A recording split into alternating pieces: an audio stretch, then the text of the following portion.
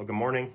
It's day 4 of us reviewing themes from Daniel chapter 2 from our last sermon series on Sunday.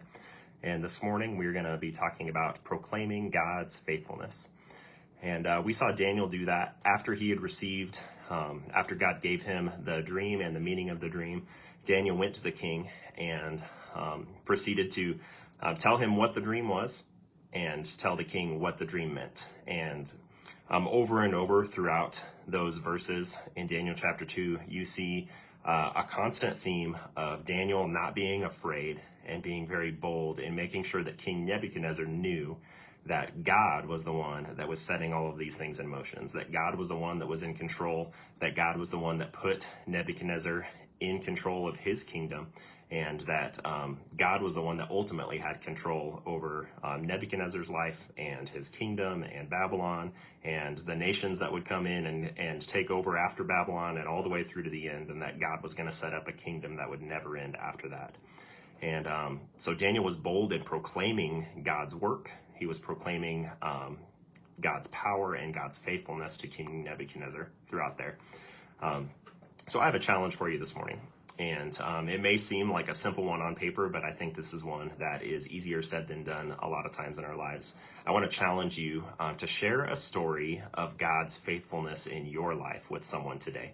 And this could be someone that you interact with at work. This could be someone that you, maybe it's the cashier in the grocery store line.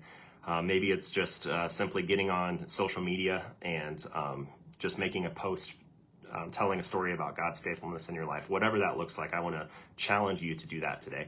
And one other thing that I wanted us to remember from this story this morning that I found interesting was that Daniel wasn't responsible for King Nebuchadnezzar's response to what he proclaimed.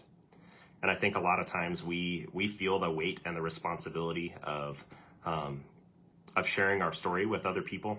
And the thought comes into our head, well, what if they don't respond well to it? What if they reject God? What if my story doesn't do what I hope it does? And I think that in our lives, we bear that responsibility, and that's not our responsibility to bear. And if you notice, Daniel wasn't responsible for Nebuchadnezzar's response, and we're not responsible for the way that people respond to us proclaiming God's faithfulness. That's God's job.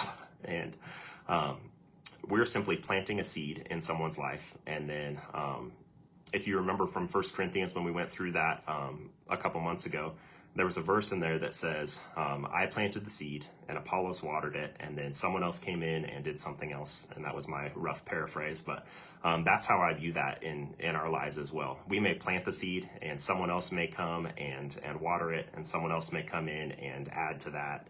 And it's not our job to worry about the outcome.